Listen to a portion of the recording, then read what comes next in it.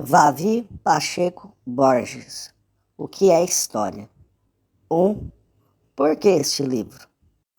Há certas definições que parecem desnecessárias. História é um termo com o qual convivemos diariamente desde a infância. A maior parte das pessoas a quem se fizer a pergunta título deste livro se considerará em condições de respondê-la, coisa que não se daria, por exemplo, se perguntasse: o que é semiótica? Mas, ao tentar uma resposta, o que é história, a pessoa se enrolará, não chegando a nenhuma definição precisa, ou dirá, com certo desinteresse, refletindo um consenso mais ou menos geral, a história é o que já aconteceu há muito tempo. Dentro do quadro da chamada civilização europeia ocidental, o Brasil é um país novo, quase sem história, pois seus 4 séculos não parecem suficientes para criar uma consciência desse passado. Além do mais, somos realmente um país de jovens, com uma população de aproximadamente 60% com menos de 21 anos, no censo de 1970. Esse fator juventude é conjugado a uma grande porcentagem de analfabetismo e um notável desprestígio das ciências humanas e da cultura e um ensino antiquado e desmotivador. Todos esses elementos resultam no desinteresse pela história do país. Esses jovens têm razão. O passado, visto por si mesmo, o passado pelo passado, tem um interesse muito limitado e, por vezes, nulo. Mas a história, hoje em dia, não visa a explicar esse passado distante e morto. E é a contribuição que ela pode trazer para a explicação da realidade em que vivemos que nos leva a ver como fundamental sua divulgação fora das universidades e das escolas, onde ela está prisioneira há longos anos.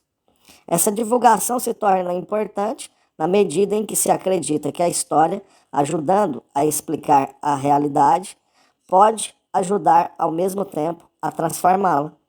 Tudo o que dissemos até agora nos incita a este pequeno livro, explicação inicial de um tema complexo e difícil.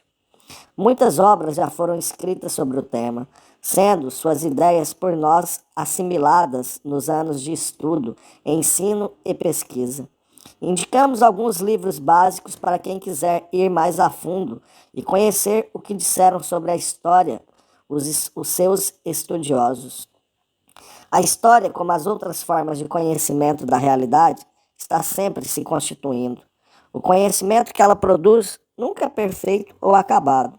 Há inúmeras discussões entre os vários especialistas sobre o que é a história. Historiadores, filósofos, sociólogos, politicólogos estão sempre debatendo sobre isso. Os historiadores, em particular, procuram delimitar, entre as outras áreas que estudam o homem, qual o campo específico da história. Tomam várias posições diferentes e até conflitantes. Discutem se a história deve estudar só o passado, se pode fazer previsões. Tratam de definir os métodos e técnicas mais adequados para se atingir o conhecimento histórico. A utilização deste, sobretudo, é sempre dos assuntos mais polêmicos, o que não se pode fazer com tais conhecimentos. Como se pode manipular pelas mais diversas razões o passado do homem, o passado de um povo, de uma nação. Alguns aspectos dessas discussões estão aqui introduzidos de forma breve e facilitada, procurando encaminhar os primeiros passos do leitor. Para se entender satisfatoriamente a história como hoje ela se configura, é preciso se recapitular sua origem e sua evolução. Somente a história da história pode nos fazer compreender como hoje ela se apresenta. Partimos, portanto, de um primeiro capítulo que aborda essa história da história, desde sua origem nos mitos e na tradição oral. No segundo capítulo, articulamos nossa visão atual da história, sua significação e sua produção. No apêndice final, colocamos algumas informações sobre a situação da história no Brasil. Capítulo 2. História da História. 1. A pré-história da história. História é uma palavra de origem grega, que significa investigação, informação. Ela surge no século VI a.C. Para nós, homens do Ocidente, a história, como hoje a entendemos, iniciou-se na região mediterrânea, ou seja, nas regiões do Oriente Próximo, da costa norte-africana e da Europa Ocidental. Antes disso, porém, vemos que os homens, desde sempre, sentem necessidade de explicar para si próprios sua origem e sua vida. A primeira forma de explicação que surge nas sociedades primitivas é o mito, sempre transmitido em forma de tradição oral. Entre os conhecimentos práticos transmitidos oralmente de geração a geração, essas sociedades incluem explicações mágicas e religiosas da realidade. Para nós, homens do século XX, acostumados a um pensamento dito científico, uma explicação mítica parece pueril, irracional e ligada à superstição. Mas é preciso que reconheçamos no mito uma forma de pensamento primitivo, com sua lógica e coerência próprias, não sendo simples invenção ou engodo. O mito tem uma força muito grande no tipo primitivo de sociedade.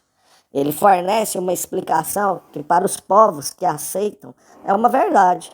O mito é sempre uma história com personagens sobrenaturais, os deuses. Nos mitos, os homens são objetos passivos da ação dos deuses, que são responsáveis pela criação do mundo, cosmos, da natureza, pelo aparecimento dos homens e pelo seu destino. Os mitos contam, em geral, a história de uma criação, do início de alguma coisa. É sempre uma história sagrada. Comumente se refere a um determinado espaço de tempo que é considerado um tempo sagrado. É um passado tão distante, tão remoto, que não o datam concretamente, não sabem quando ele se deu. É um tempo além da possibilidade de cálculos. Referem-se a ele como o princípio de todas as coisas, os primórdios. Os fatos mitológicos são apresentados um após os outros, o que já mostra, portanto, uma sequência temporal. Mas o mito se refere a um pseudo-tempo e não a um tempo real, pois não é datado de acordo com nenhuma realidade concreta. Daí o mito mostrar o eterno retorno, a repetição infinita, é um tempo circular, não linear. Em geral, o mito é visto como um exemplo, um precedente, um modelo para as outras realidades. Ele é sempre aplicado a situações concretas. Existem inúmeros mitos da criação do mundo, mitos cosmogônicos, que são vistos como exemplo de toda situação criadora. As sociedades são mostradas como tendo origem, geralmente, em lutas entre diferentes divindades. Conhecemos a existência entre o quarto e o terceiro milênios antes de Cristo de sociedades mais complexas, nas quais existe a escrita e um governo centralizado dirige uma sociedade organizada em uma hierarquia social. Esse governo é, em geral, monárquico e a sua origem é sempre vista como divina. Os reis representam os deuses e são eles que tudo decidem, sendo seus atos registrados em anais. São esses os primeiros registros voluntários para a posteridade. São limitados, pois têm objetivos políticos bem explícitos. Nessas sociedades, as fontes históricas mais remotas são as inscrições, assim como os anais religiosos, listas de sacerdotes, cerimônias religiosas, etc. Entre essas civilizações destacam-se a egípcia e a mesopotâmica, das mais importantes na chamada Antiguidade Oriental. Na história das duas, entramos em contato com dois mitos da origem do mundo, que parecem ter sido muito significativos para elas. No Egito, conta-se que, nos primeiros tempos, Osíris, deus da terra, do sol poente, responsável pela fertilidade e por isso também visto como deus do Nilo, é assassinado por um outro deus, seu irmão Sete, deus do vento do deserto, das trevas e do mal, e seu corpo espalhado por várias partes do país. Sua irmã e esposa Ísis, deusa da vegetação e das sementes, auxiliada por seu filho Horus, deus falcão e do sol levante, vai conseguir, através de palavras mágicas, reunir todas as partes e Osíris revive, indo morar entre os deuses. Muitos textos relatam diferentes formas do mito. Ele é visto como a luta entre a luz e as trevas, como a vida sucedendo à morte. É visto como significando a vida que vem do Nilo, que gera a fertilidade do Egito. Essa versão da morte e do renascimento de Osíris é a forma de os egípcios explicarem a noção de imortalidade e sua eterna dependência da natureza. Na Mesopotâmia, acredita-se em dois princípios originários: Tiamat, o princípio feminino, e Aspu, o princípio masculino. Deles descendendo todas as outras gerações de deuses. O último deles, Marduk, vai vencer em luta os deuses antigos que o precederam. Ele vai formar o mundo com o corpo de Tiamat, umedecendo-o com o sangue de um arquidemônio, Kingu. Marduk, o criador dos homens, é o deus da capital da Babilônia. Para alguns, esse mito mostra os homens sendo criados pelos deuses para alimentá-los através de seu trabalho.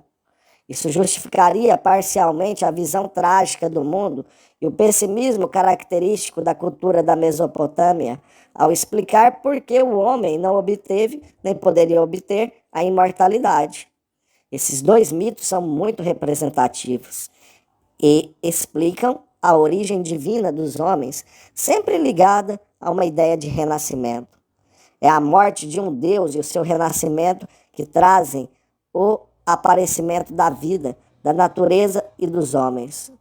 Na Grécia, por volta do 1º milênio a.C., o mito começa a ter uma conotação diferente. Vamos encontrá-lo na poesia, por exemplo, na Ilíada, poema épico atribuído a Homero, datado provavelmente por volta do ano 1000 a.C. Nele encontramos lendas e mitos da época micênica, berço inicial da civilização grega. Entre outros mitos lá referidos, encontramos o da origem da Europa. Europa era filha de Agenor, rei da Fenícia, país da Ásia Menor no Oriente Próximo. Zeus, o principal dos deuses gregos, por ela se apaixona. Sob a forma de touro, vai seduzi-la e raptá-la, atravessando o mar Mediterrâneo e levando-a para a ilha de Creta. Lá, ela vai se tornar a mãe de Minos, e seu nome vai ser dado a uma das 3 partes do mundo antigo. É curioso notar que a civilização europeia é, em grande parte, herdeira da civilização grega. Por esse mito, vemos uma relação entre a Europa e a Fenícia. Ora, os fenícios são grandes navegadores que difundiram pelo mar Mediterrâneo a civilização do Oriente Próximo. A eles devemos, entre outras contribuições, o alfabeto europeu ocidental. 2. O aparecimento da história. A explicação mítica não vai, evidentemente, desaparecer. O mito continua até hoje em quase todas as manifestações culturais, mas não como a única forma de explicação da realidade, e sim, paralelamente, a outras formas de explicação, como a história. Ao recontar ou recopiar essas explicações, num certo momento, os homens passam a refletir sobre elas. É especialmente o estudioso dos mitos, Hecateu de Mileto, colônia grega da Ásia Menor, no século V a.C., que vai, ao voltar do Egito, dizer, abre aspas, vou escrever o que acho ser verdade, porque as lendas dos gregos parecem ser muitas e risíveis. Fecha aspas. Na região em que Hecateu vive, cruzam-se muitas civilizações, e os viajantes, em seus contatos mútuos, vão se esclarecendo. A história, como forma de explicação, nasce unida à filosofia. Desde o início, elas estão bastante ligadas. É a filosofia que vai tratar do conhecimento em geral. Em seu início, o campo filosófico abrange embrionariamente todas as áreas que posteriormente se iriam afirmar como autônomas: a matemática, a biologia, a astronomia, a política, a psicologia, etc. São os próprios gregos que descobrem a importância específica da explicação histórica. Heródoto, de acordo com a orientação empreendida por Hecateu de Mileto, se propõe a fazer investigações, a procurar a verdade. Heródoto é considerado o pai da história, pois é o primeiro a empregar a palavra no sentido de investigação, pesquisa. Sua obra mais antiga começa assim, abre aspas, eis aqui a exposição da investigação realizada por Heródoto de Helicarnasso para impedir que as ações realizadas pelos homens se apaguem com o tempo, fecha aspas.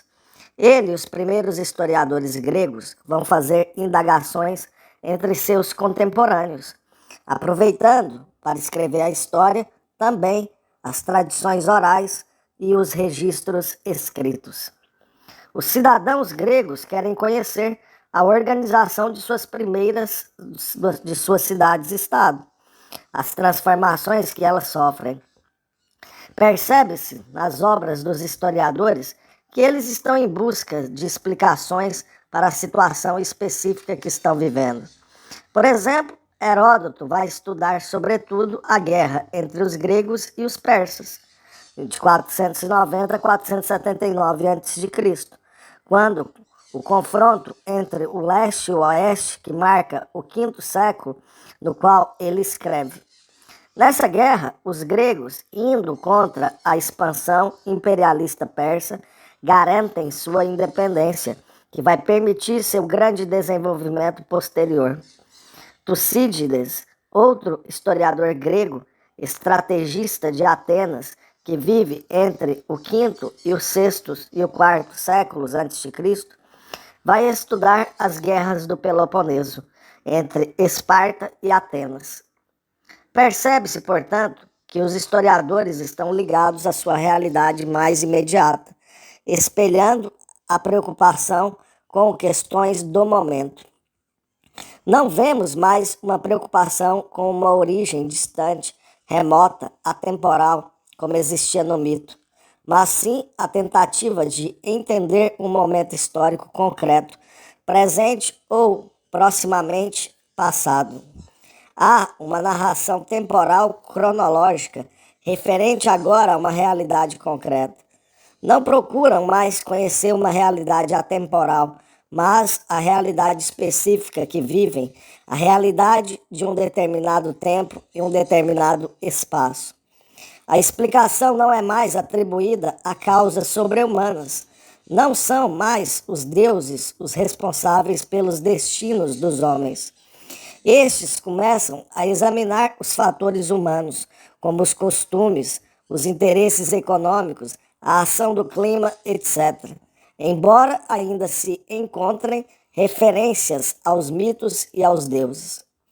Há uma preocupação explícita com a verdade. Políbio, grego e historiador do segundo século a.C., depois que a Grécia foi conquistada por Roma, escreve, abre aspas, desde que um homem assume a atitude de historiador, tem que esquecer todas as considerações, como o amor aos amigos e o ódio aos inimigos. Pois assim como os seres vivos se tornam inúteis quando privados de olhos, também a história da qual foi retirada a verdade nada mais é do que um conto sem proveito. Abre aspas. Ele testemunha a ascensão de Roma, sendo durante 16 anos refém em Roma. Procura saber como, em aproximadamente 50 anos, os romanos se tornam donos do mundo habitado, na visão de então a zona mediterrânea. A cultura romana é, em grande parte, herdeira da cultura grega. As características da história na Grécia, os romanos acrescentam, sobretudo, uma noção utilitária, pragmática. A história vai exaltar o papel de Roma no mundo, servindo ao seu imperialismo. O mesmo Políbio escreve que Roma é, abre aspas, a obra mais bela e útil do destino, e que todos os homens devem a ela se submeter. A história é vista como mestra da vida, levando os homens a compreenderem o seu destino. Roma é o centro do mundo e a imposição de seu destino é o destino histórico mundial. 3. A história teológica. A essa visão unificada da humanidade, os judeus, povo do Oriente Médio dotado de uma religião e uma visão de mundo específicas, atribuem um outro sentido. Com a difusão da religião judaico-cristã no Império Romano, durante o período da desestruturação deste, temos grandes mudanças. O processo histórico pelo qual passa a humanidade é então unificado não mais em torno da ideia de Roma, mas de uma visão do cristianismo como fundamento e justificativa da história. A influência do cristianismo é tão grande em nossa civilização que toda a cronologia de nosso passado é feita em termos do seu acontecimento central, a vinda do Filho de Deus à Terra. Cristo, tornando-se homem, possibilita a salvação da humanidade, meta final da história. Todo o nosso passado é dividido, como já notaram, nos tempos antes de Cristo e nos tempos depois de Cristo. A história da humanidade se desenrolaria de acordo com um plano divino, sendo a vinda de Cristo à Terra o centro desse processo. A história continua tendo uma visão do tempo linear, cujo desenvolvimento é conduzido segundo um plano da providência divina. É a volta a uma explicação sobrenatural, semelhante à do mito e também cosmogônica. Ela se impõe no início do período medieval, séculos 5 e 6 depois de Cristo, perdurando como forma única por toda a Idade Média, quando se forma a civilização europeia ocidental. A realidade agora está dividida em dois planos: o superior, perfeito, representado por Deus, e o inferior, imperfeito, representado pelos homens. Essa visão é introduzida na história por Santo Agostinho, em sua obra A Cidade de Deus. Ele é o primeiro formulador de uma interpretação teológica da história, do grego theos, ou seja, Deus. O plano superior da realidade é a cidade de Deus, enquanto que o plano inferior é a cidade dos homens. O cristianismo é uma religião eminentemente histórica, pois não prega uma cosmovisão atemporal, mas sim uma concepção que aceita um tempo linear, que se ordena em função de uma intervenção divina real na história. Para a fé cristã, o fato de o próprio Filho de Deus se ter feito homem, sua vinda à Terra é preparada pelo povo judeu através de seus profetas, seus reis e seus patriarcas, é um acontecimento histórico situado de maneira concreta em determinado lugar e época. O sentido global da história da humanidade é revelado por Deus aos homens e a Igreja é a responsável pela orientação da humanidade em sua busca da sua salvação. Os primeiros séculos da Idade Média vão ser os séculos da formação da civilização europeia ocidental. É então que vemos o aparecimento da Europa na história, com a afirmação de uma identidade comum a diferentes povos que vivem uma forma de vida muito semelhante.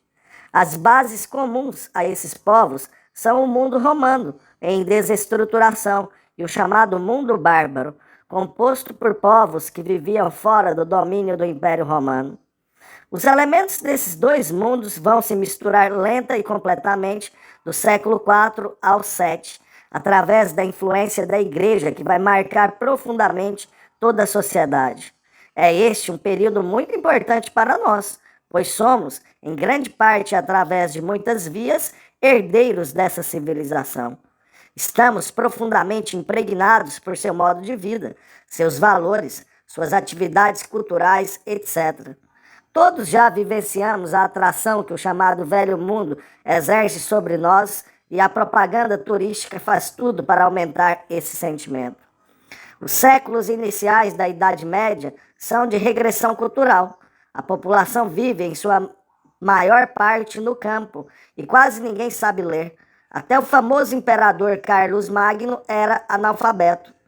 A igreja, grande proprietária de terras, é quem registra a organização e as formas de trabalhar essas terras. São os inventários das abadias de Saint-Germain-des-Prés e de Saint-Denis, na França, os melhores documentos para conhecermos como funcionava, no seu início, o chamado sistema feudal, que vigora do século IX em diante. Somente membros do clero sabem ler e escrever. A maior parte do que foi escrito nessa época é feita pelo clero. Grande parte das fontes são, por exemplo, vidas de santos. A própria palavra clérigo, ou seja, do clero, quer dizer letrado em inglês. Até hoje, nessa língua, a palavra conservou esses dois sentidos. Os documentos leigos vão começar a aparecer só bem mais tarde, nos séculos XII e XIII, com o renascimento urbano e comercial. Surgem como registros de comerciantes particulares, diários de escudeiros, de cavaleiros famosos, de menestréis, etc. A história escrita nesse período não apresenta o mesmo rigor crítico de investigação que apresentava entre os gregos, nem a mesma procura de compreensão e explicação. Ela se compõe, sobretudo, das chamadas crônicas ou anais, em que se relatam fatos mais do que outra coisa. Os cronistas, a maior parte membros do clero, são elementos contratados por uma casa real, um ducado, etc., para escrever sua história. Há, portanto, nas obras deles, uma nítida vontade de agradar a quem os emprega. Não há uma preocupação em aferir a veracidade dos fatos. Há um predomínio da tradição oral sem se verificar o que já se escrevera. A Idade Média é um período em que se vê, associada à predominância da fé, uma enorme credulidade geral. Acreditava-se em lendas fantásticas, no paraíso terrestre, na pedra filosofal, no elixir da vida eterna, em cidades todas de ouro, etc. Existem lendas sobre os mares estarem assolados por monstros, sobre a terra que terminava de forma súbita por ser plana, etc. Toda essa mentalidade reinante refletiu-se na forma de se escrever a história, na qual há uma grande presença do milagre, do maravilhoso e do impossível. Aos poucos, isso tudo vai sendo substituído por um melhor conhecimento do globo, que a Europa vai descobrir e explorar. São publicados estudos de geografia, mapas, há uma renovação da visão do mundo como um todo, e a história acaba refletindo essas alterações. 4. A erudição, a razão e o progresso na história. A sociedade europeia ocidental está, no período que é considerado como o início da modernidade, século XVI, em plena desestruturação do sistema feudal. As condições de sociedade em crise permitem que um grupo social em formação, a burguesia, em geral constituída por habitantes das cidades com interesses no comércio, vá se impor pouco a pouco. O mundo real, devido à expansão comercial, se estende à frente dos homens da Europa Ocidental e eles vão se dedicar à sua compreensão.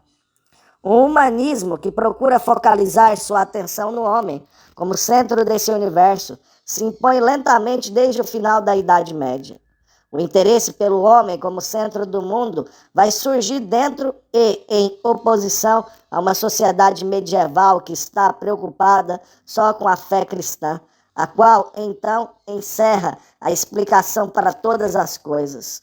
O peso da tradição é também um dos valores dominantes nesse período que termina.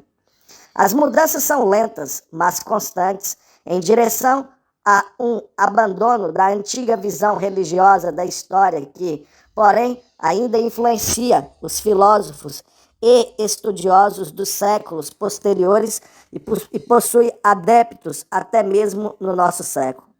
Aos poucos, porém, vai se formando uma concepção não teológica do mundo e da história. O conhecimento não parte mais da revelação divina, mas de uma explicação da razão. É o racionalismo que vai se impor daí em diante. Não se procura mais a salvação no outro mundo, mas um progresso e a perfeição aqui neste mundo. Não se é mais guiado pela fé, mas pela razão. Durante o Renascimento, a cultura europeia e ocidental, desprezando os 10 séculos medievais, procura retomar a antiguidade greco-romana, seus valores, sua arte, etc. Isso vai ter consequências importantíssimas para a história. Com a preocupação pelos textos antigos e por sua exatidão, com a pesquisa e a formação de coleções de moedas, de objetos de arte, de inscrições antigas, vai ser levantado um enorme material para a reconstituição desse passado. Do século XVI ao XIX, vão se multiplicar as técnicas para reunir, preparar e criticar toda essa documentação que fornece os dados e os elementos para a interpretação histórica. Esse conjunto de técnicas se aperfeiçoa constantemente nesse período e vai auxiliar a história. Seu conjunto constitui a erudição.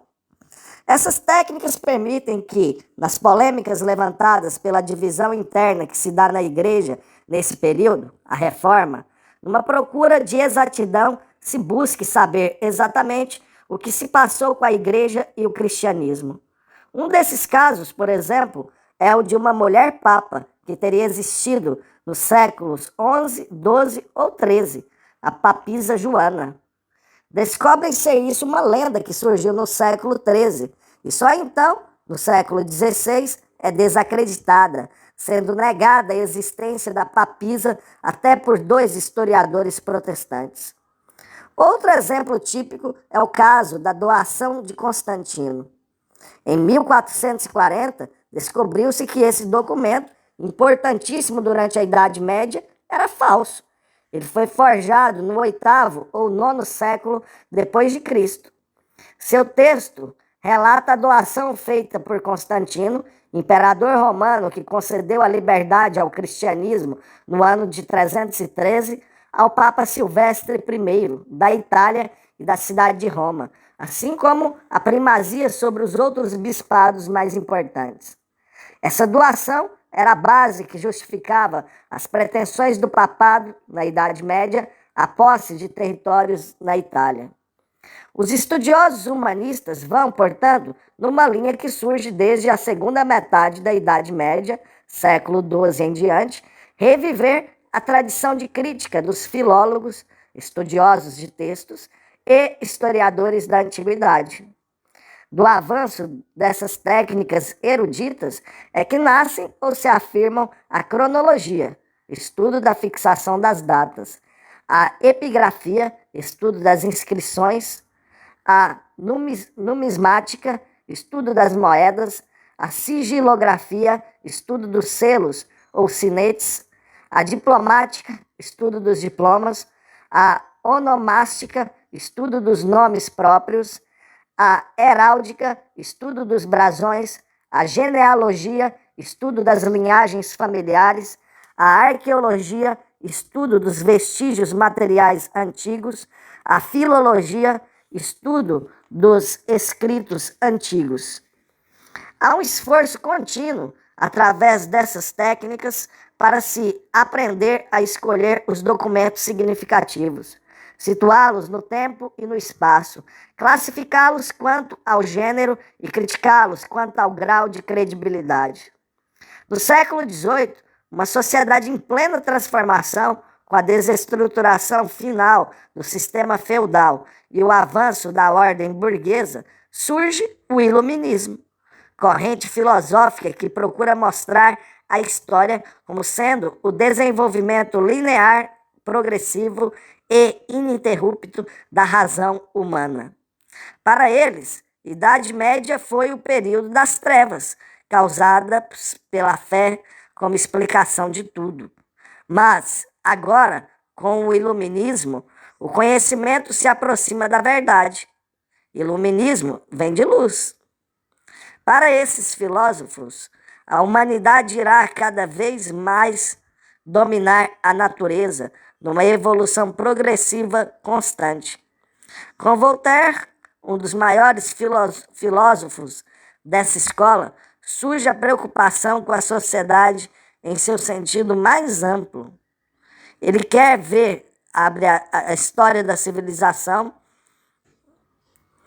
preocupação que acabará impondo-se na Europa Ocidental. O homem, levado pela fé em sua própria razão, o homem iluminado, vai trabalhar para o seu progresso.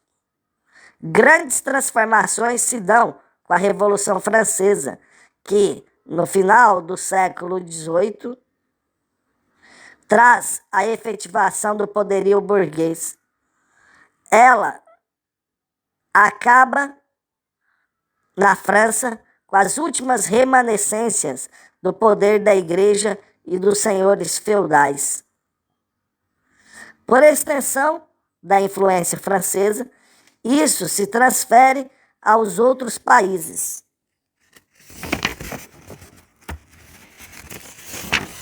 Da Europa Ocidental, especialmente através das guerras napoleônicas.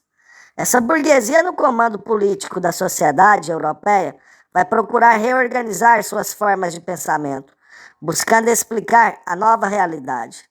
Não são mais os teólogos que estão no comando dessa explicação, mas sim os filósofos. O liberalismo é a explicação, a justificação racional dessa nova corrente.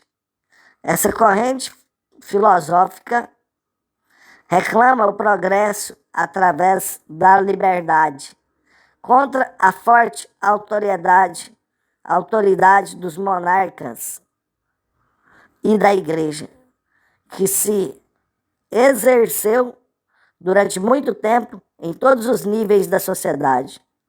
Depois da Revolução Francesa, esse liberalismo, agora sem função destruidora, vai se fixar mais numa posição organizadora dos Estados nacionais liberais, cujo melhor exemplo é a Inglaterra. Alguns historiadores do período, chamados especificamente historiadores liberais, são muitas vezes estadistas, homens envolvidos na ação política.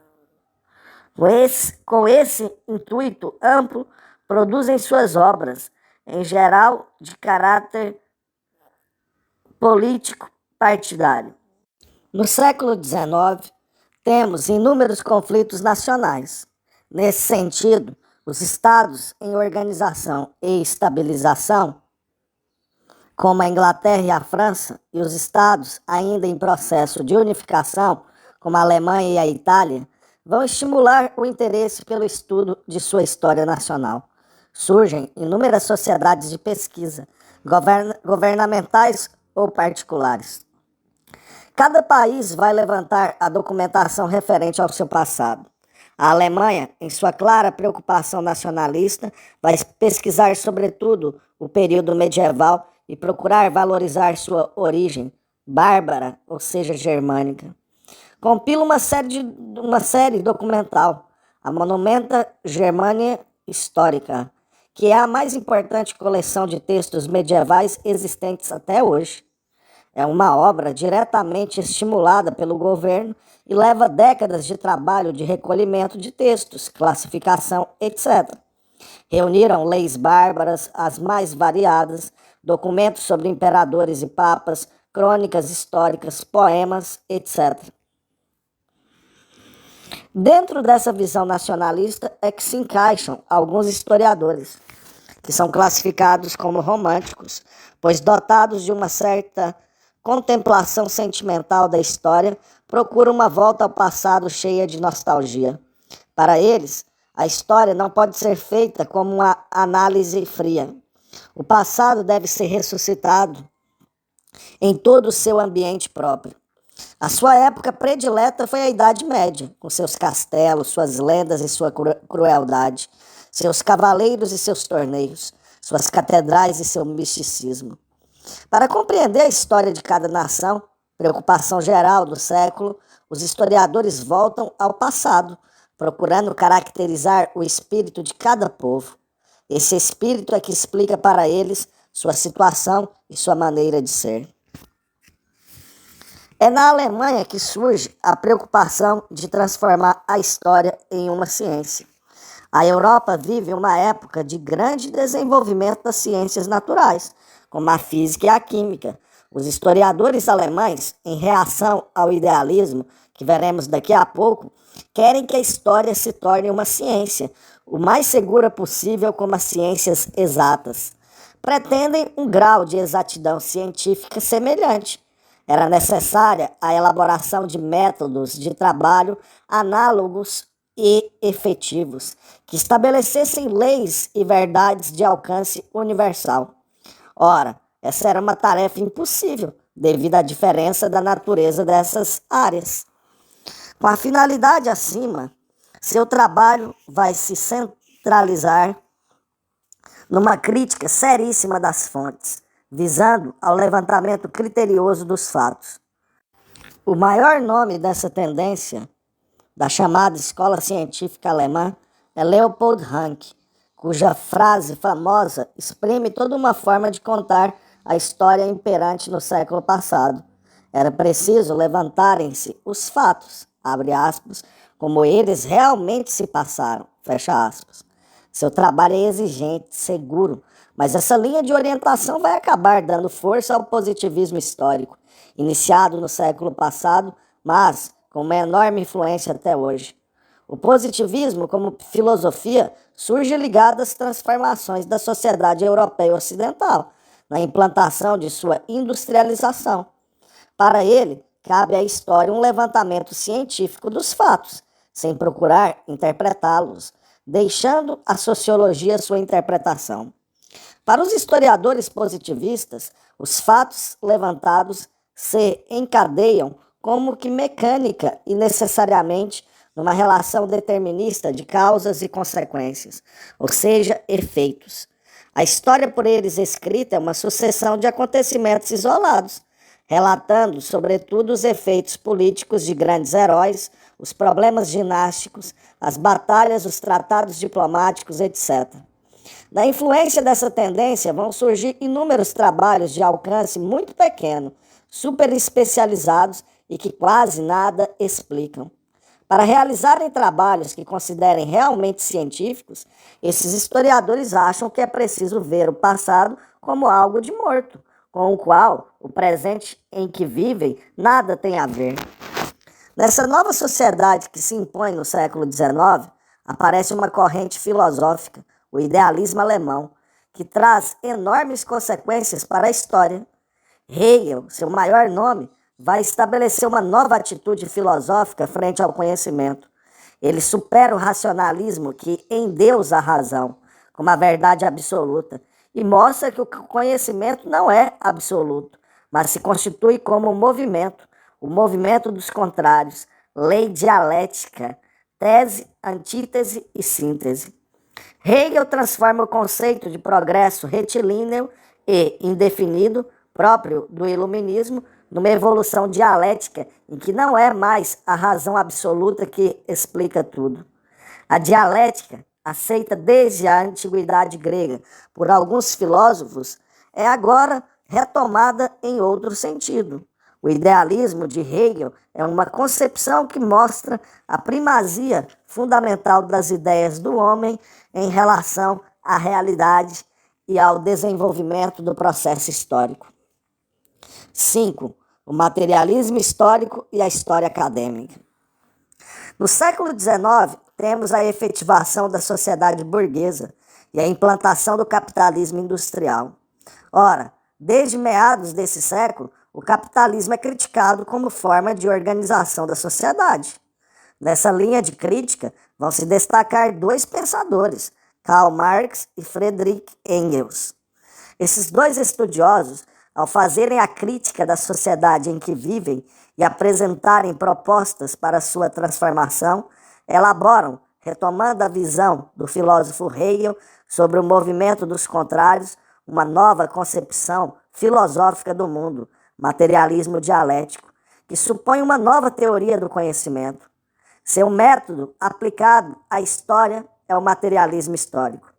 Os dois estudam, sobretudo, o capitalismo, a sociedade burguesa, suas leis de evolução e a transformação dessa realidade fundamental, que, da Europa, se estende ao resto do globo.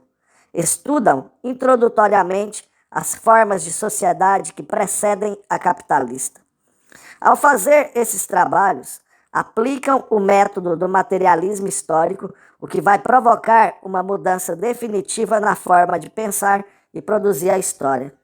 Porém, como o materialismo histórico e seus fundadores estão, desde o início, ligados a uma tentativa de transformação revolucionária da sociedade capitalista burguesa, sua influência na produção histórica da segunda metade do século passado é muito pequena. Apesar de uma recusa formal e consciente dessa nova teoria, ela vai acabar influenciando todos os historiadores ocidentais ao chamar a atenção para elementos fundamentais que não eram anteriormente levados em conta. O materialismo histórico mostra que os homens, para sobreviverem, precisam transformar a natureza, o mundo em que vivem. Fazem-no não isoladamente, mas em conjunto, agindo em sociedade. Estabelecem, para tal, relações que não dependem diretamente de sua vontade, mas dependem do mundo que precisam transformar e dos meios que vão utilizar para isso.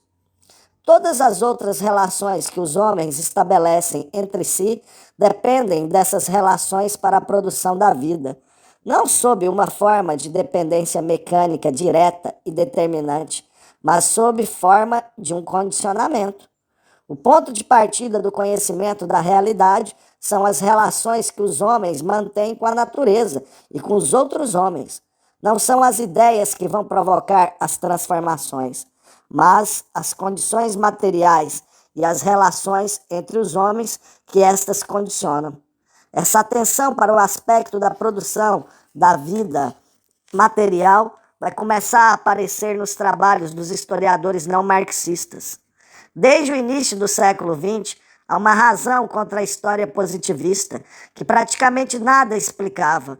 E, em sua procura de explicação, os historiadores vão começar a levar em conta os fenômenos da produção. Para eles, produção igual economia.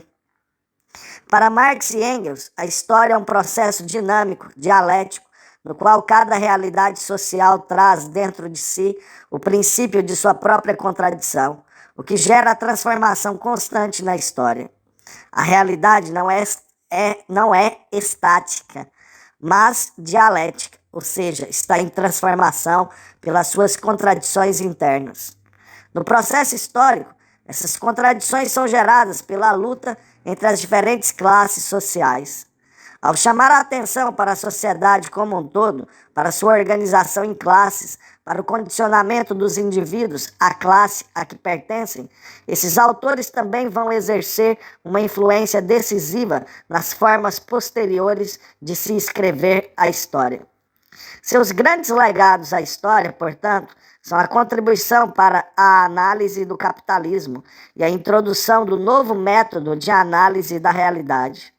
Os trabalhos marxistas sobre a história vão proliferar na Rússia na segunda década do século em diante, com a subida de Stalin ao poder em 1924. Eles são, porém, dominados por uma visão dogmática autoritária em que as finalidades políticas de implantação de uma sociedade socialista, segundo a visão de Stalin e seu partido, superam a finalidade de uma procura cuidadosa de explicação da realidade. Esse dogmatismo leva a um empobrecimento do pensamento marxista, pois não vê a realidade como dialética. Ele absolutiza o Estado e o poder, simplificando e esquematizando a história. O dogmatismo stalinista ajuda a afastar do materialismo histórico os historiadores da Europa Ocidental. Só depois de 1960, quando esse dogmatismo stalinista começa a ser denunciado na União Soviética, é que se vai, no campo dos historiadores marxistas, procurar superar os erros cometidos. A maioria dos estudiosos marxistas do mundo ocidental preocupa-se mais com filosofia, teoria do conhecimento, sem se dedicar a análises históricas propriamente ditas. Sua preocupação maior prende-se, nesse campo, à elaboração de um conceitual teórico de análise. A importância do materialismo histórico como método de análise para a história é um legado que ainda está para provar sua importância. Como diz o historiador francês Pierre Vilar, abre aspas, a história marxista é uma história sem construção, fecha aspas, a qual resta um longo trajeto a percorrer. É no século passado que a história entra para a universidade. As primeiras universidades datam do século XIII. Ela se torna, então, uma disciplina acadêmica, ou seja, é produzida desde então, sobretudo no âmbito das universidades. Nela, domina uma visão filosófica liberal, preocupada somente com a explicação do mundo e não com sua transformação. O materialismo histórico não é aí adotado, por estar associado, desde seu surgimento, à crítica e transformação revolucionária da sociedade capitalista. Aos poucos, porém, vão aparecendo influências dessa teoria da história. Elas são parciais e nos meios universitários ainda predomina até o século XX a história positivista. É sobretudo na França que ocorrem as primeiras transformações dessa história.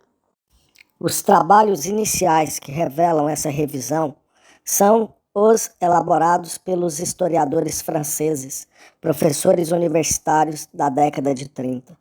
Esses trabalhos são publicados na revista Annais, Economias, Sociedades, Civilizações, revista atualmente no seu 35º ano. Esse grupo ficou conhecido como a Escola Francesa ou Escola dos Anais.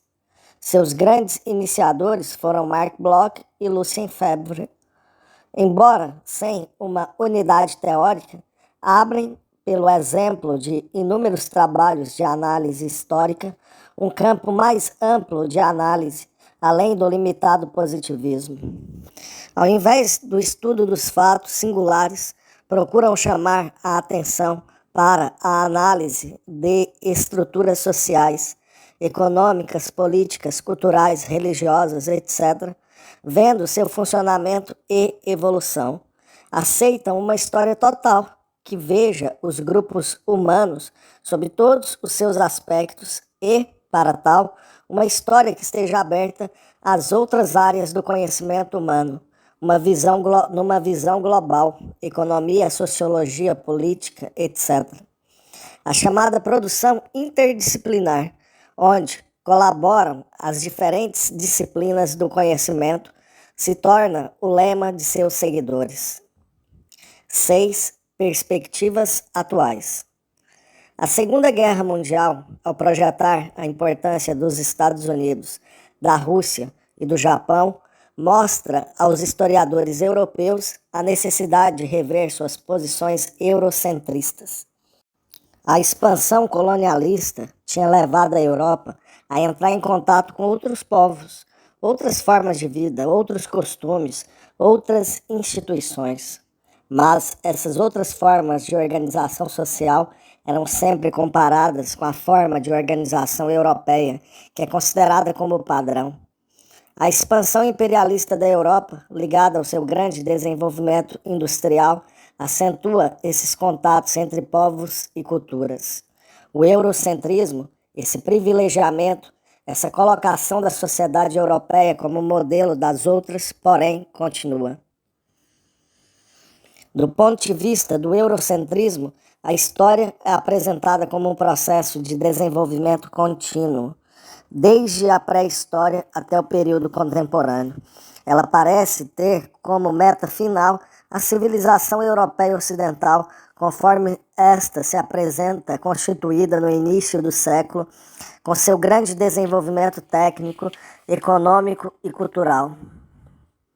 É lógico que isto não está assim tão claramente enunciado, mas é o que se sente nas entrelinhas da maior parte das obras de história da corrente eurocentrista.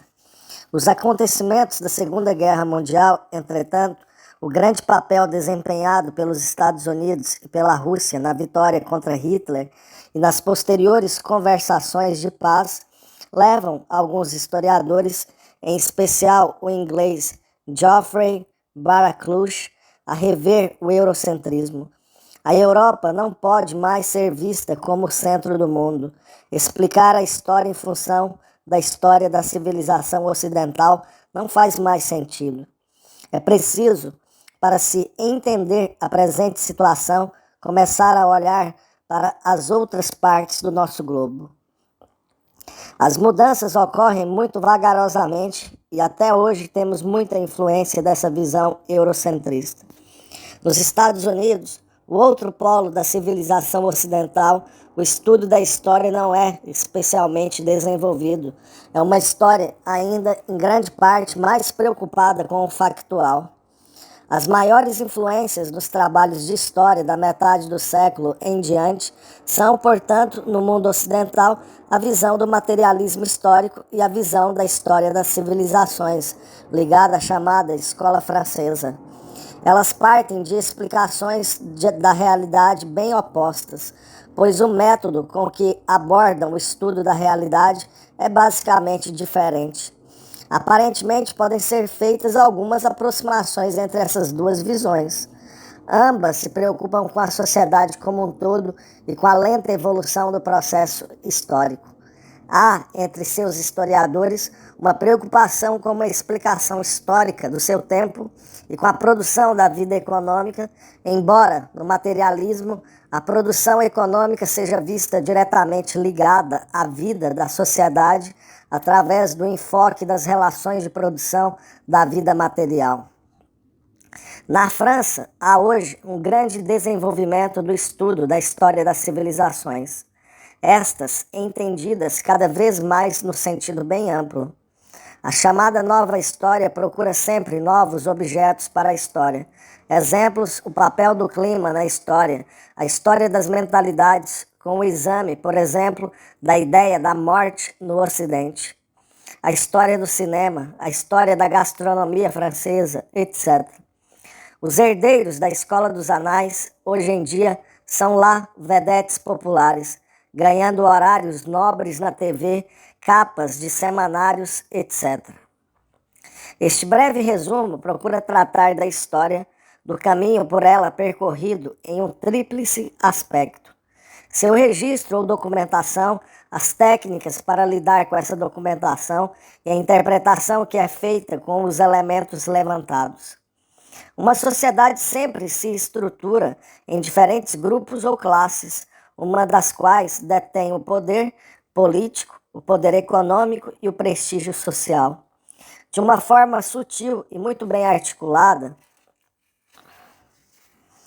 não visível pelos incautos, é só perceptível numa análise muito acurada, o grupo social dominante acaba, por mecanismos complexos, impondo aos outros grupos seu modo de ver a realidade, o que vai reforçar os seus interesses, pois lhe permite manter sua situação de privilégio.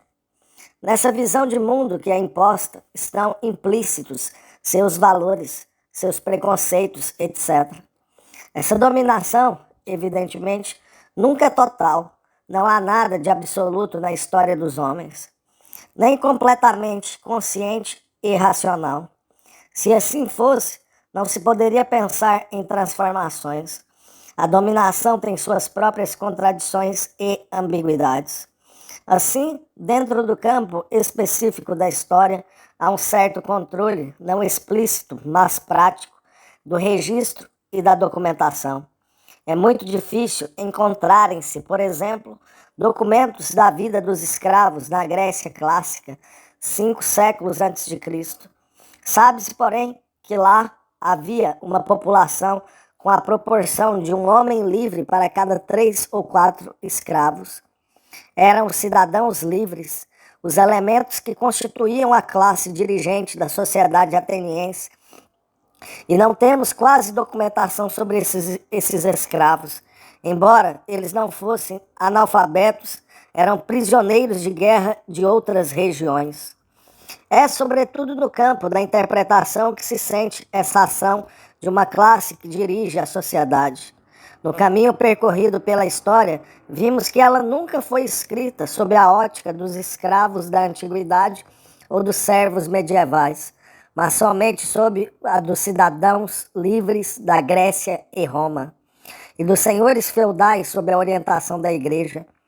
Finalmente, viu-se a história escrita sob a ótica da burguesia em diferentes e múltiplos caminhos que nos mostram uma sociedade cada vez mais complexa e da qual possuímos cada vez mais documentação.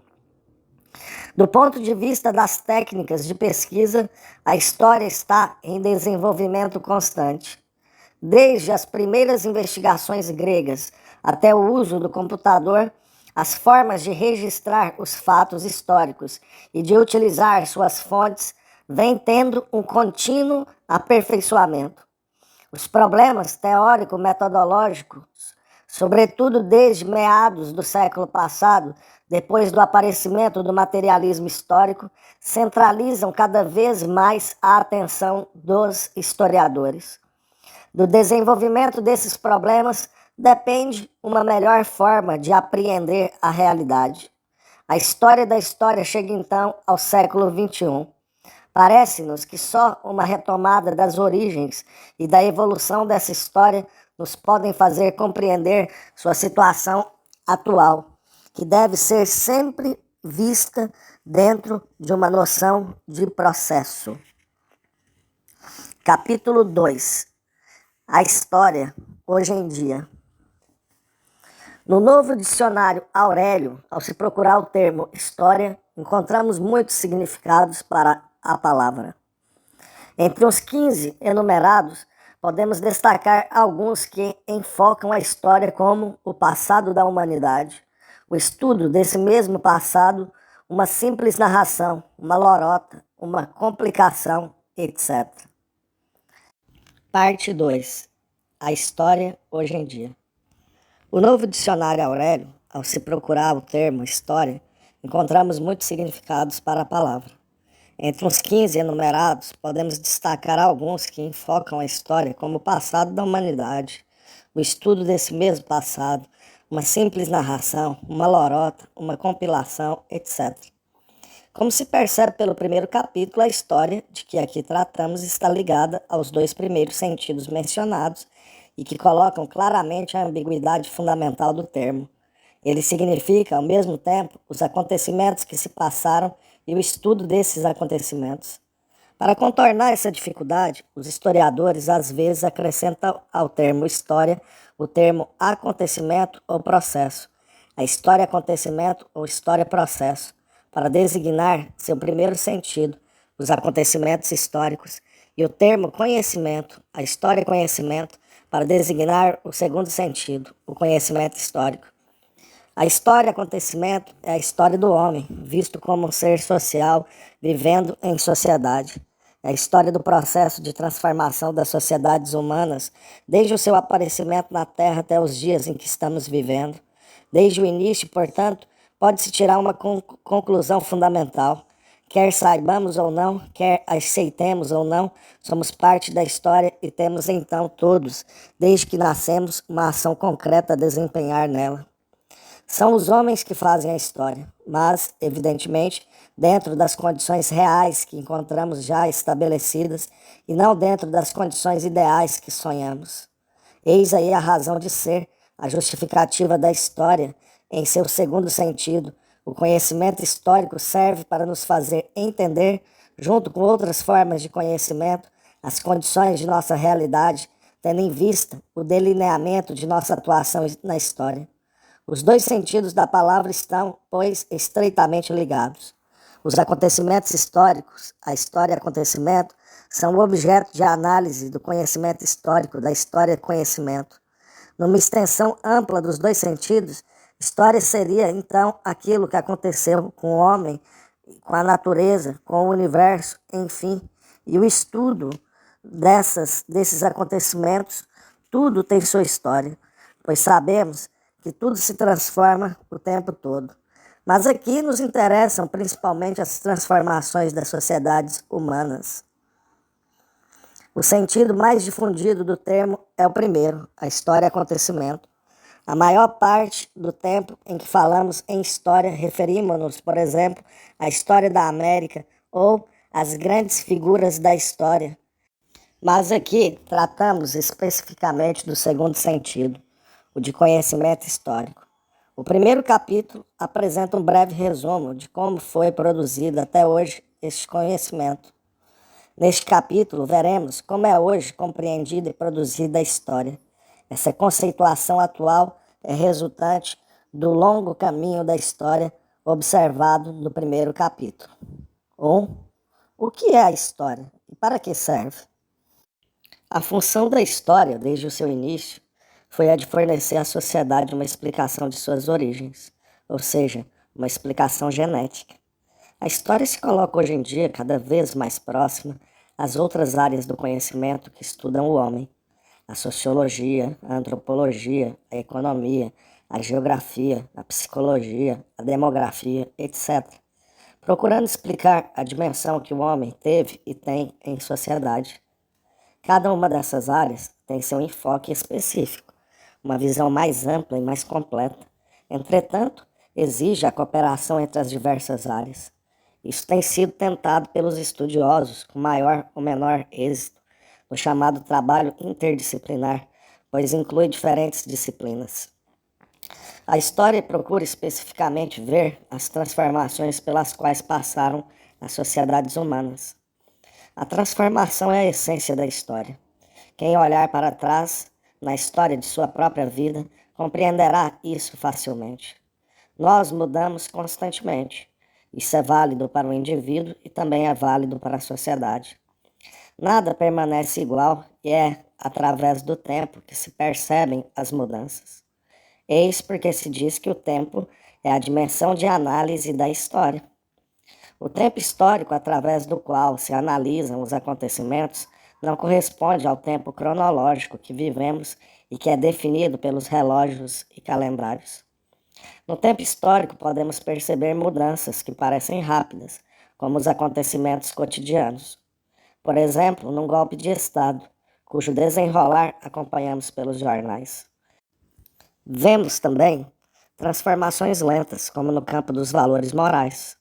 O machismo, por exemplo, é um valor que impera na maior parte das sociedades que a história estuda, a ponto de se poder dizer que a história que está escrita mostra um processo praticamente só conduzido pelos homens. No Ocidente, aproximadamente de um século para cá, surge um questionamento mais constante desse valor milenar. Isso se dá, em grande parte, devido a uma participação maior da mulher no processo de produção. À medida que as mulheres saem da esfera exclusiva do lar e começam a refletir na realidade. A caminhada que a humanidade fez explica muito sobre a própria humanidade, assim como o que uma pessoa faz explica muito sobre ela. É a caminhada da humanidade que damos o nome de processo histórico. Desde que existem sobre a Terra, os homens estão em relação com a natureza, para produzirem sua vida, e com os outros homens. Dessa interação é que resultam os fatos, os acontecimentos, os fenômenos que constituem o processo histórico. Quase sempre que a história da humanidade nos é apresentada, é a evolução da sociedade europeia e ocidental que é tomada como modelo de desenvolvimento desse processo histórico. Essa posição eurocêntrica é errada. Do ponto de vista da história, A evolução da sociedade europeia e ocidental, com seu alto grau atual de desenvolvimento tecnológico, não deve ser um padrão de comparação para se estudar a história de qualquer outra parte do sistema capitalista, como, por exemplo, a América Latina. Não se deve, por meio desse tipo de comparação, julgar se uma sociedade está atrasada ou adiantada em seu desenvolvimento histórico. Não há uma linha constante e progressiva de desenvolvimento na história da humanidade, pois temos, ao mesmo tempo, hoje em dia, sociedades com forma de vida primitivas, consideradas ainda no chamado período pré-histórico, por exemplo, como certas tribos na Nova Zelândia, e sociedades com um grau de desenvolvimento que permite explorações interplanetárias, como fazem os americanos e os russos. Não se percebe ainda como exemplo uma linha constante e progressiva da passagem, a partir da antiguidade, do trabalho escravo ao trabalho assalariado. A escravidão quase que desaparece na Europa Ocidental durante a Idade Média, para reaparecer na Idade Moderna, imposta pelos europeus nas Américas como forma de relação de trabalho dominante. Não se deve, portanto, identificar a ideia de processo histórico com uma ideia de progresso necessário. Dizer que o processo histórico é contínuo não significa dizer que ele obedeça a um desenvolvimento linear. Não é uma linha reta com tendência constante. Inclui idas e vindas, desvios, avanços e recuos, inversões, etc. Há mesmo transformações que podem ser vistas como rupturas, pois alteram toda uma forma de viver da sociedade. É, porém, uma ruptura que foi lentamente preparada, que está sempre ligada com algo que já existia, pois não se pode admitir o surgimento de uma situação nova sem ligação com as anteriores. As alterações no processo histórico são decorrentes da ação dos próprios homens, os agentes da história. Não é uma evolução natural. A história da humanidade é diferente da história da natureza, e a natureza também tem sua história, pois ela também passa por mudanças. Todo o universo, nas suas mais diferentes partes, sofre mudanças e, por isso, tem sua história. Mas a história da humanidade é diferente justamente por ser feita pelos homens.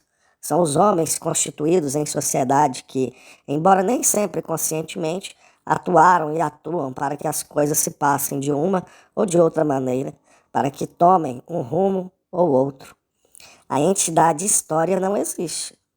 Uma força superior externa aos homens que os conduzisse como veículos não existe. Não se deve buscar uma razão para os acontecimentos históricos dentro do conhecimento da própria história. A trajetória do homem na Terra é indeterminada, em busca de sua própria razão de ser. Vista em si mesma e por si mesma, ela não faz sentido. O sentido dos acontecimentos históricos não deve ser buscado através do conhecimento histórico, pois a finalidade desse conhecimento não é explicar a razão de ser do homem na Terra. Não é dar uma justificativa do que aqui estamos fazendo.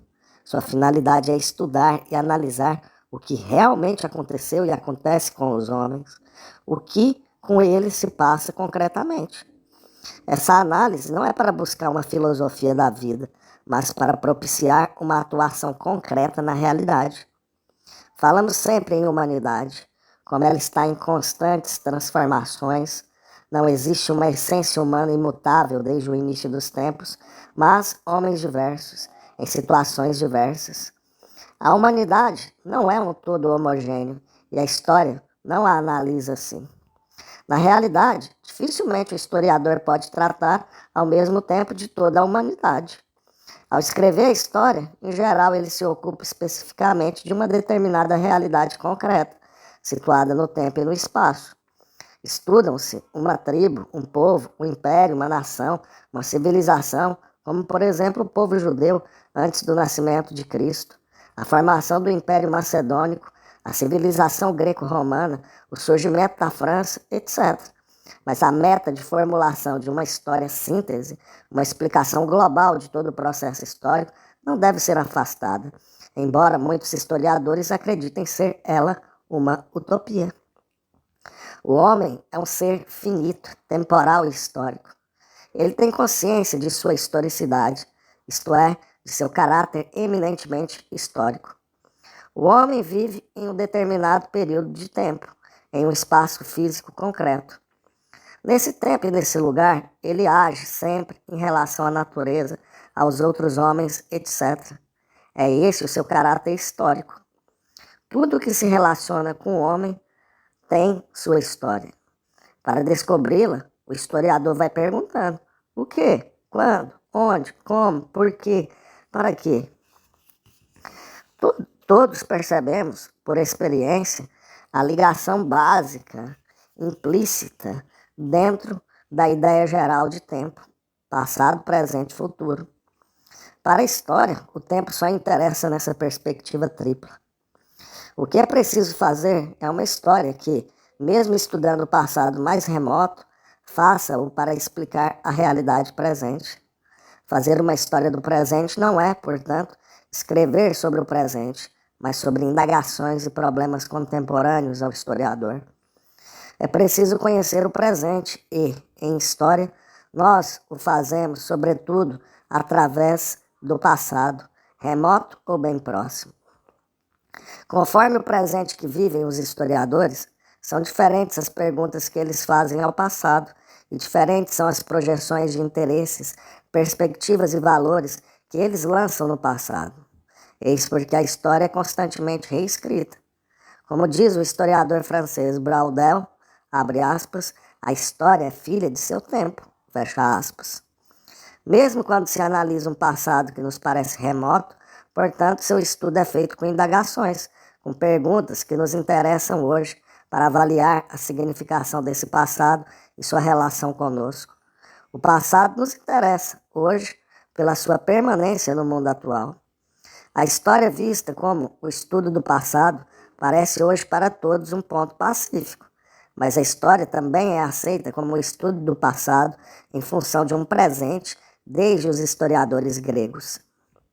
A ligação da história com o futuro, porém, é bem mais sutil. Não se pode falar em uma história do futuro. Qualquer colocação nesse sentido é mera especulação. Pode-se falar em tendências, probabilidades, possibilidades históricas, mas não mais do que isso.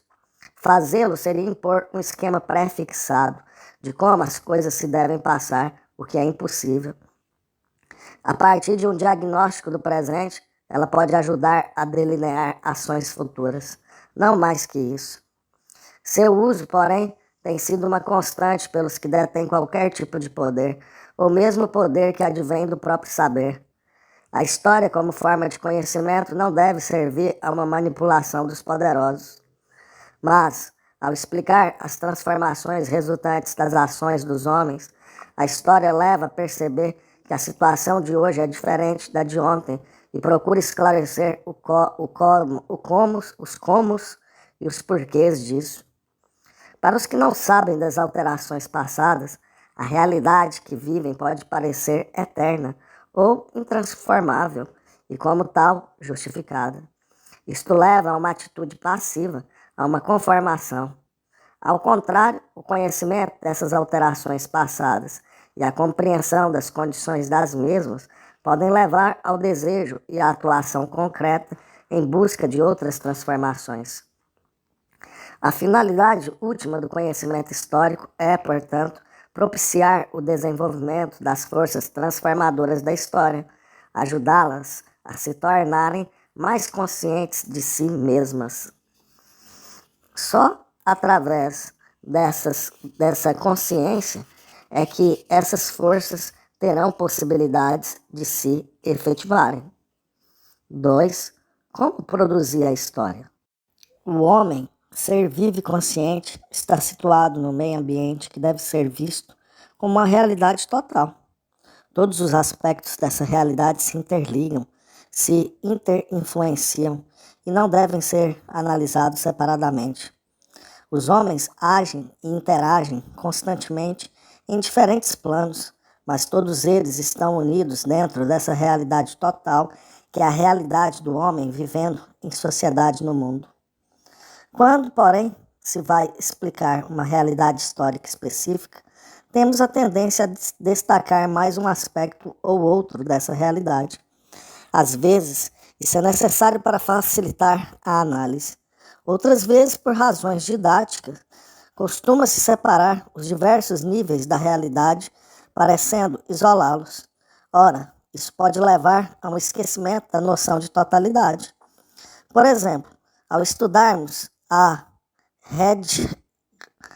peregrinação anual dos muçulmanos à sua capital religiosa, a cidade de Meca, este fato geralmente é visto como de caráter religioso, esquecendo-se suas outras conotações políticas e econômicas.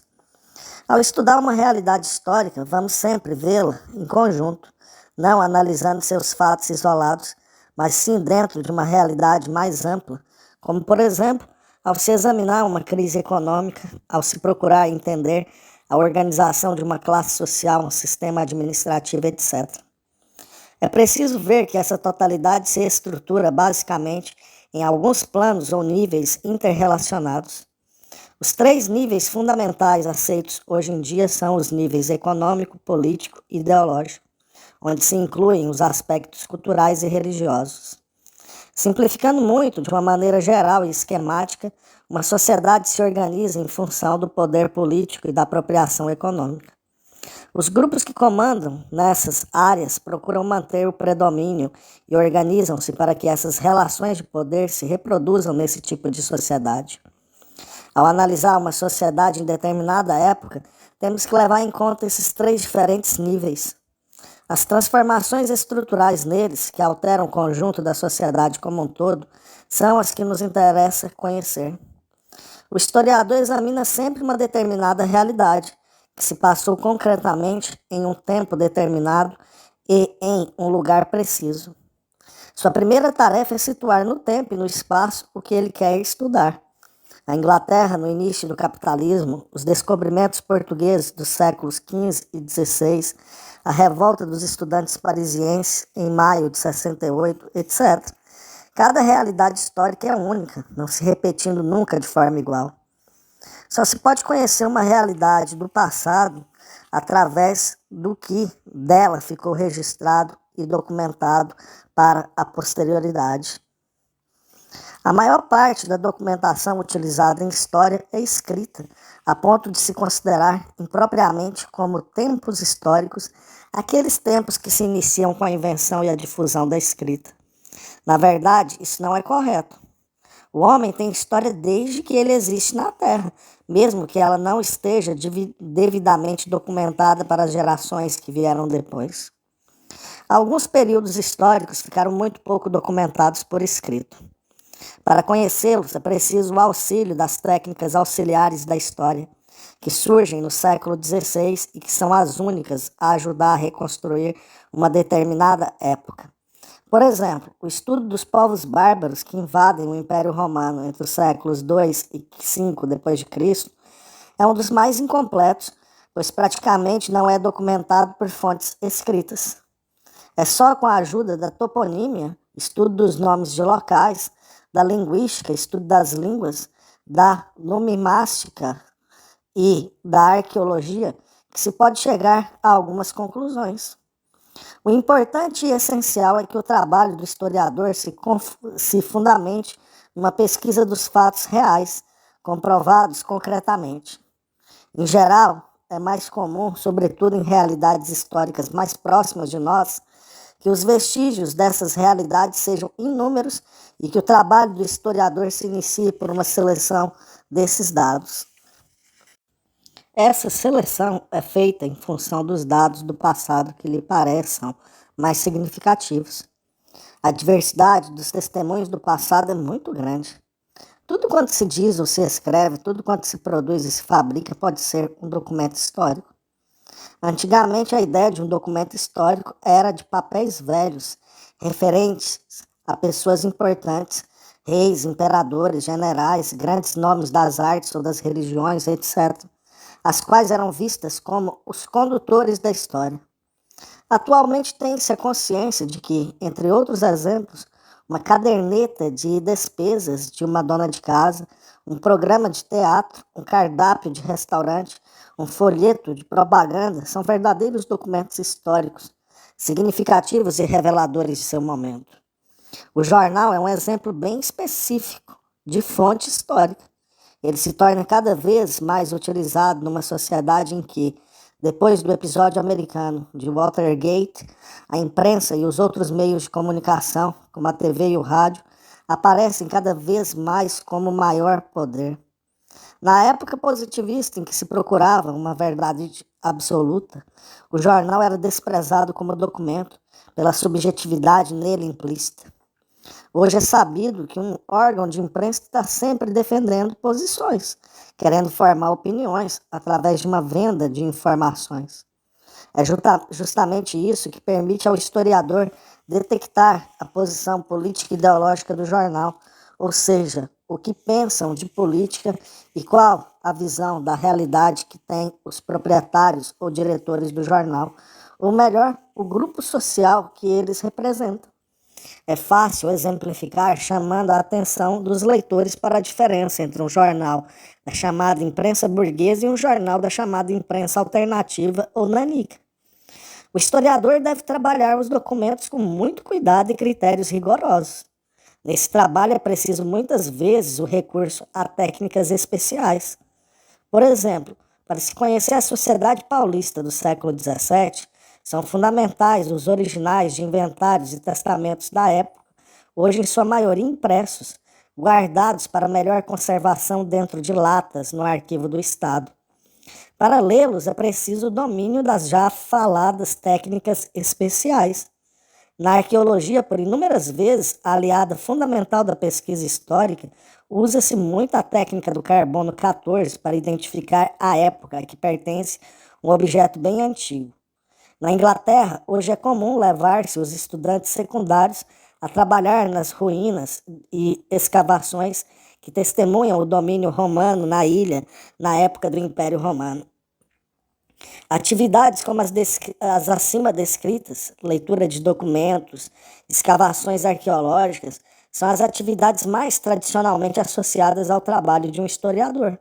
Mas hoje ele pode também utilizar um computador para trabalhar dados levantados, pode servir-se de um gravador para consultas a documentos ou realização de entrevistas, etc. No futuro, descobertas atuais mais sofisticadas, como o disco, cuja leitura é feita por meio de raio laser e que no diâmetro de 35 centímetros pode armazenar aproximadamente 10.000 páginas de informações, serão utilizadas na história e o historiador terá que saber lidar com elas. Mas, no meio da poeira de documentos antigos, na lama das escavações ou no manuseio de instrumentos muito desenvolvidos tecnicamente, é sempre o homem vivo que o historiador procura encontrar. É a sociedade na qual esse homem viveu, trabalhou, amou, procriou, guerreou, divertiu-se que o historiador quer decifrar. E para tal, todo tipo de documento que esclareça esses aspectos é de fundamental importância. Um historiador, ao se propor fazer uma pesquisa, já faz uma opção bem sua, ao decidir qual a realidade que ele vai estudar. Sua escolha é sempre encaminhada pela sua situação concreta. O historiador é um homem em sociedade, ele também faz parte da história que está vivendo. Escreve sua história historicamente situado, ou seja, numa determinada época, dentro de condições concretas que sua classe, sua instituição de ensino ou pesquisa, etc. Seu trabalho será condicionado tanto pelo nível de conhecimento então existente, como pelos interesses que ele possa estar defendendo, mesmo que inconscientemente. De uma maneira geral, o historiador tem suas pesquisas condicionadas às instituições que lhe proporcionam a possibilidade econômica e intelectual de trabalho. Essas instituições estão ligadas diretamente a órgãos governamentais, a fundações que usam dinheiro público ou a fundações particulares. A história, como vimos, não é só levantamento de dados ou fatos. Ela os relaciona entre si, ela interpreta seu sentido. A história, como toda forma de conhecimento, procura explicar uma relação desconhecida. Nessa explicação, temos duas ordens de elementos. os fatos e sua interpretação. Esses dois elementos estão presentes, inseparavelmente ligados, num trabalho de história. Esquecer um dos dois ou dar importância maior a um deles prejudica fundamentalmente uma obra.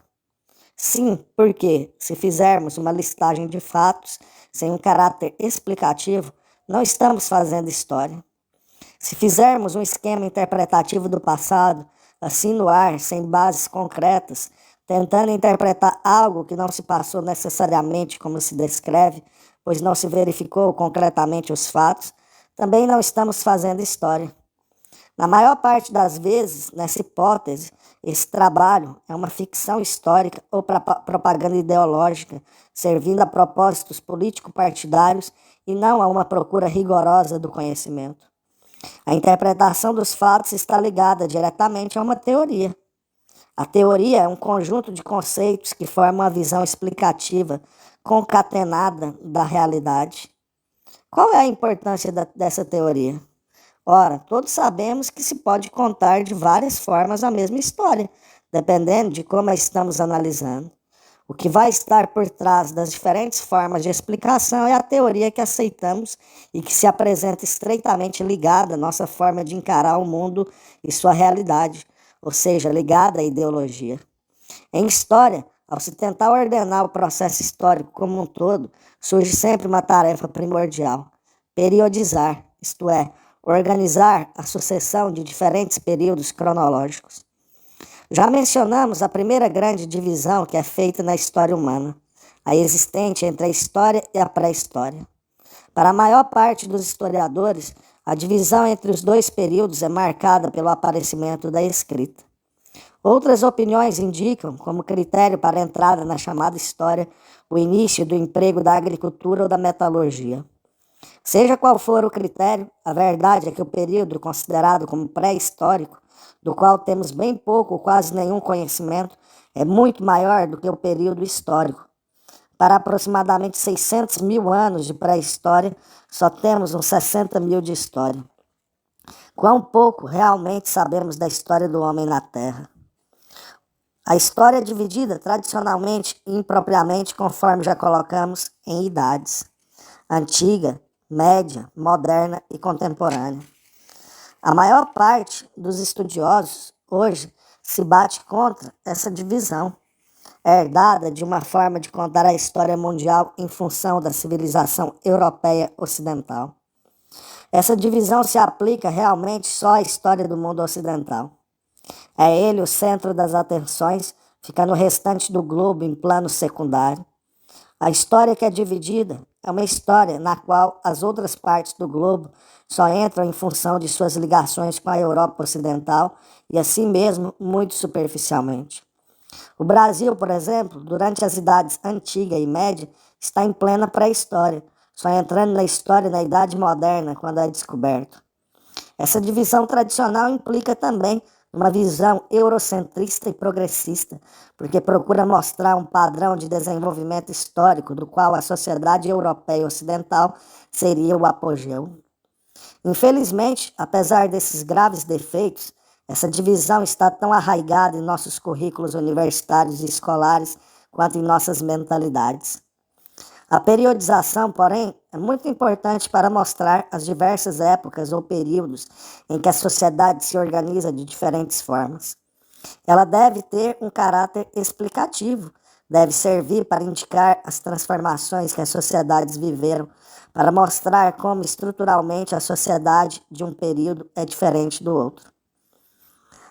Além dessa divisão tradicional, existe, dentro do materialismo histórico, a periodização da história através dos diferentes modos de produção que se verificaram. Existiram, para essa divisão, os seguintes modos de produção: o comunista primitivo, o escravista, o feudal, o asiático e o capitalista. Dentro da visão aceita de processo de transformação constante, não se pode ter uma periodização muito rígida, com datas fixas e únicas.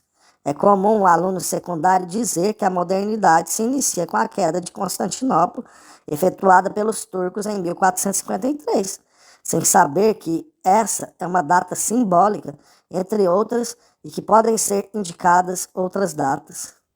Por que escolher uma data ou outra? Dentro da visão de processo, as transformações em história são sempre lentas e é quase impossível marcarem-se datas limite que indiquem delimitações nítidas, as quais implicariam em transformações súbitas.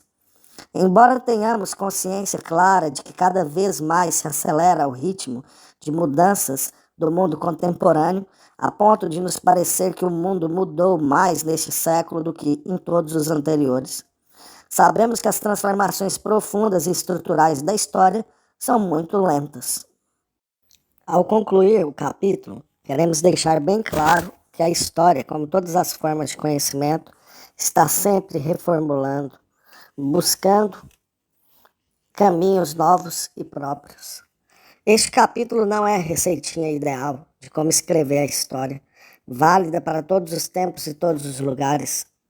É óbvio que essa é a nossa visão gerada no nosso tempo. Infelizmente, é preciso desiludir-se de início. Escrever história não é estabelecer certezas, mas é reduzir o campo das incertezas, é estabelecer um feixe de probabilidades. Não é dizer que tudo sobre uma determinada realidade, mas explicar o que nela é fundamental. Nem por isso se deve cair numa posição de relativismo em que todas as especulações interpretativas são permitidas. Em história, todas as conclusões são provisórias, pois podem ser aprofundadas e revistas por trabalhos posteriores. Um saber absoluto, uma verdade absoluta, não servem aos estudiosos sérios e dignos do nome. Servem aos totalitários, tanto de direita como de esquerda, que, colocando-se como donos do saber e da verdade, procuram, através da explicação histórica, justificar a sua forma de poder.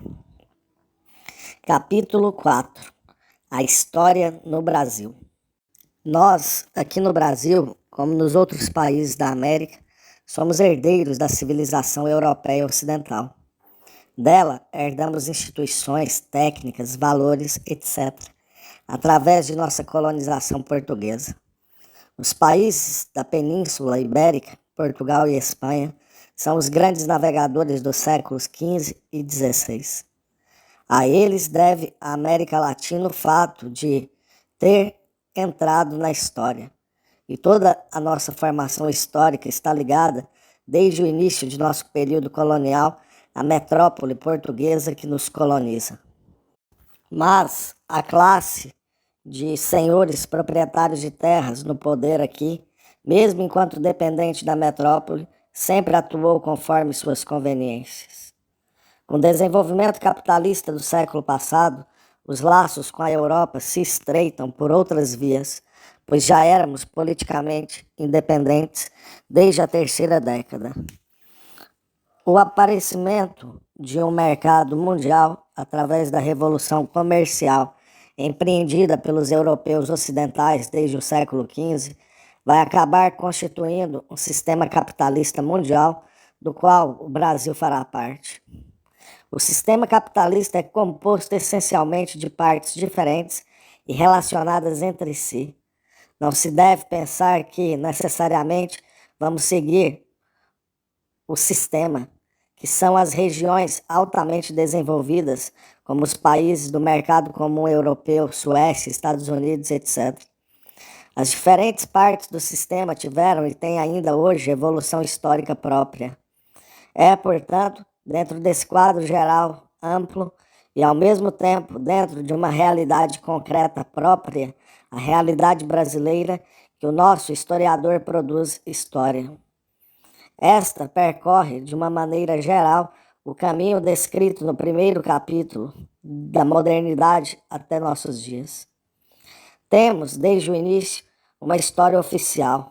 É a versão escrita pelos cronistas contratados pela Casa Real Portuguesa para escrever a história de seu país, do qual éramos, depois da perda das Índias, a colônia mais promissora. Aqui também são criados cargos de cronistas nas diferentes câmaras municipais. Esse gênero de história essencialmente narrativa e registrando fatos, continua sendo escrita pelos membros das sociedades históricas, academias e institutos que são aqui introduzidos no século XVIII. Seus membros são muitas vezes figurões, barões, marqueses, ministros, senadores, o que mostra ainda uma ligação direta entre a história escrita e o poder oficial, pois os historiadores são vinculados diretamente ao Estado. São então criados os arquivos e bibliotecas governamentais, que se preocupam com a documentação histórica e que preservam as fontes que possuímos de nosso passado, embora boa parte da documentação sobre o período colonial se encontre nos arquivos portugueses. Há uma documentação muito sugestiva do período, como, por exemplo, a escrita pelos jesuítas, correspondência, discursos, tratados ocupados na educação de colonos e índios. Outros exemplos magníficos são as obras Cultura e Opulência no Brasil, de Antonil, publicada em Lisboa no início do século XVIII, e Diálogo das Grandezas do Brasil, do século XVII, de autoria discutida. São verdadeiros levantamentos econômicos da situação da colônia, essenciais para o conhecimento do período. Também muito ricos, do ponto de vista histórico, são os depoimentos escritos pelos visitantes estrangeiros. Essa história escrita involuntariamente é muito mais atraente e elucidativa do que a oficial. Ao contrário da América Espanhola, que possui universidades desde o início da colonização, o Brasil só vai ter universidades a partir do século XX. Os historiadores que tentam escrever nossa história fazem-no isoladamente ou no âmbito das instituições oficiais já apontadas. Nossa história, como a história em geral, também é, quanto às fontes e documentação existentes e quanto às interpretações, fortemente marcada pela ação dos grupos sociais predominantes no país. Por exemplo, não existe a menor preocupação em preservar os documentos referentes aos escravos, e esses documentos, mesmo quando existem e são descobertos, são postos de lado, não utilizados. Como foi dito, a história é sempre filha de seu tempo. Vejamos, um dos nossos grandes historiadores é Francisco de Varnhagen, de formação de referida escola científica alemã, caracterizada pela grande preocupação com a pesquisa e o levantamento de fontes. A ele devemos um enorme impulso na produção da história brasileira. Ele escreve no Segundo Império, segunda metade do século XIX, em uma época em que aproximadamente 60% de nossa população é escrava. Analistas de sua obra mostram que ela se baseia em dois elementos interpretativos: a superioridade da forma monárquica, por ser responsável pela unidade do país após a independência, e a superioridade da raça branca. Isso mostra como seu trabalho está impregnado dos valores e preconceitos da sociedade de sua época. Entretanto, o levantamento de fontes feito por ele, juntamente com o feito por Capistrano de Abreu, são fundamentais para os trabalhos posteriores de história do Brasil. Ao avaliarmos o valor da obra de história, sempre devemos fazê-lo dentro do contexto que a produziu. Na universidade, a introdução da história se dá sobretudo através da influência da Faculdade de Filosofia, Ciências e Letras da Universidade de São Paulo, fundada na década de 30. Nessa fundação foi muito marcante a influência de professores franceses. No campo da história, em específico, essa influência é muito clara, sobretudo nos currículos, programas e livros até hoje utilizados. Depois de 1930, temos alguns trabalhos de bem melhor nível, pois se preocupam com explicações coerentes da realidade histórica. Mas é só ainda mais recentemente, sobretudo na década de 60, que começam a se impor os trabalhos interpretativos. A maior parte dos trabalhos, até essa década, são encadeamentos de datas, fatos e personagens, sem caráter explicativo ou preocupação global sem uma visão de processo. Predomina uma visão positivista.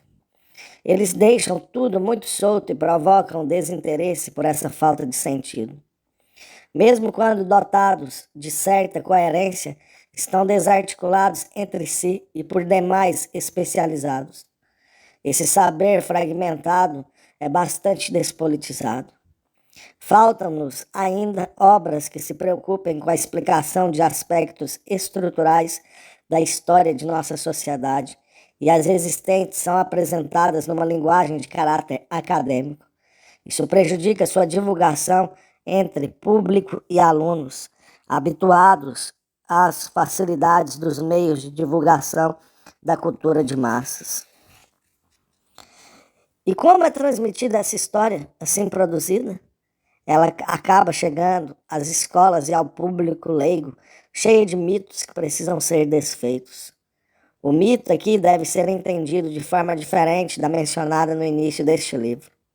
Ele agora deve ser visto mais em seu sentido popular, como representação de fatos, personagens ou interpretações exageradas ou errôneas, e não como aquela forma de as comunidades primitivas ou sociedades antigas explicarem sua realidade.